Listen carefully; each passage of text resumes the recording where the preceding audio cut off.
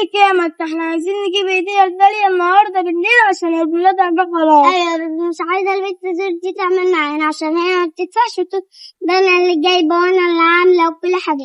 ايوه مش عايز البنت اللي اسمها سفير دي خالص تيجي معانا، ده عيلة بخيلة تفضل تقول لنا ما بتدفعش حتى جنيه واحد وتفضل تتفشخر بقى بنفسها وتقول ده انا اللي جبت الحاجات، ده انا اللي عملته، وربنا ما بتدفع جنيه واحد. عيلة عبيطة مش عايزينها. ماشي خلاص قشطة اتفقنا. تمام يا ستي.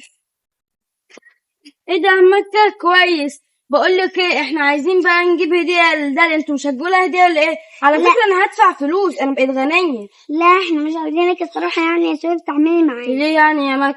عشان كل مرة انت ايوه يا سور مش عايزينك تخشي معانا عشان انت كل مرة ما بتدفعيش وتبوظ الدنيا وتبوظ العيد ميلاد وتقولي ده انا اكتر واحدة دافعة، ده انا اللي جايبة الهدايا، ده انا اللي جايبة كل حاجة. ست روحي يا عم عادي، يا عم عادي براحتكم. ما انتوا دايما شايفيني وحشة، دايما شايفيني بخيل. يا ست عادي براحتكم. يوه يا لهوي بقى دي كل مرة تقلبي الترابيزة وتتمسي براحتك.